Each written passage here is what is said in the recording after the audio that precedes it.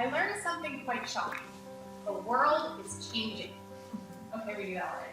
But it turns out that in order for us to keep up in this changing world, we're going to have to use a body part that most of us aren't that comfortable with, our right brain. Let's start with this right brain, left brain business. There's a distinct division of labor in the brain, and each of us has a side of the brain, left or right, that we're more comfortable with, a way of thinking that we're more suited to. The left side of the brain is responsible for analyzing the details. It's logical, linear, computer-like.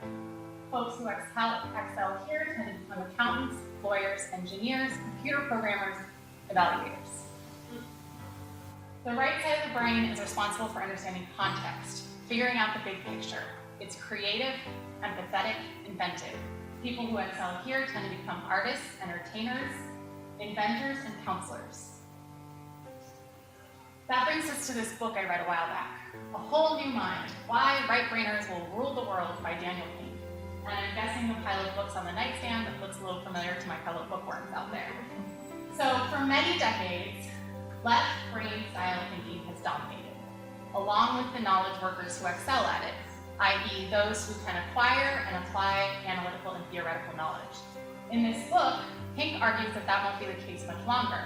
Increasingly, the logical, linear tasks that are the forte of the knowledge worker are being automated and outsourced.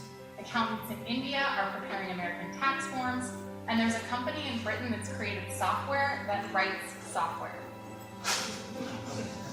These changes, from a developed world perspective, mean that right brain aptitudes, skills that aren't easily automated and outsourced, are becoming increasingly important. This includes design, story, symphony, empathy, play, and meaning. To remain on top, car companies are tapping into these right brain aptitudes. As one GM executive said, we are in the art business, art, entertainment, and mobile sculpture, which coincidentally also happens to provide transportation. Lawyers are facing stiff competition from websites that help consumers create basic legal documents. With their monopoly on this kind of specialized information broken, lawyers are having to, among other things, empathize better.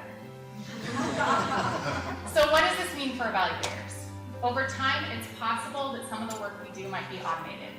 Maybe software that walks people through more routine tasks. Certainly there are questions being raised about the role of big data. And as other professions develop these skills, the people we work with are going to expect the same from us, and we run the risk of becoming outdated. Most importantly though, these right brain aptitudes have the potential to make us better evaluators.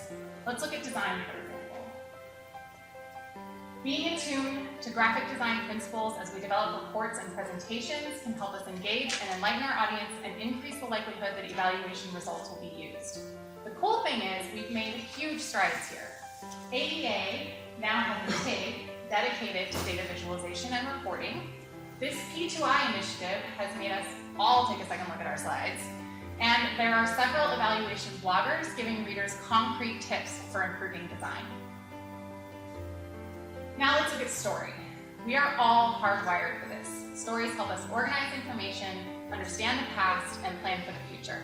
In evaluation, they have the potential to be a powerful data collection tool, allowing participants to tell their story in their own way. There is work being done here. A handful of organizations are exploring different approaches, including the California Endowment, which published this guide. It seems to be a bit more on the fringes of the evaluation field, though. And one more, symphony. Part of this aptitude involves crossing boundaries, developing expertise in multiple areas in order to work more effectively. As evaluators, we come up against the boundary between us and program planning, which always raises questions, but efforts to make this boundary more permeable seem to be gaining momentum and could strengthen our work. Developmental evaluation, for example, which puts the evaluator on the program planning team, is on the rise in helping us tackle evaluation in complex environments. So where do we go from here? I think we have a lot to discuss as a field. How might this negatively affect our work? Which aptitudes do we want to develop? What other benefits do we think we'll see? How do we learn, test, and move forward? And lastly, if you're thinking like I did, oh crap, I am so not good at this stuff. Don't worry, you can do it. These abilities are part of human nature. They just have to be whipped back into shape. As Pink writes, back on the savannah, our cave person ancestors weren't taking SATs or plugging numbers into spreadsheets, but they were telling stories, demonstrating empathy, and designing innovations. Thank you.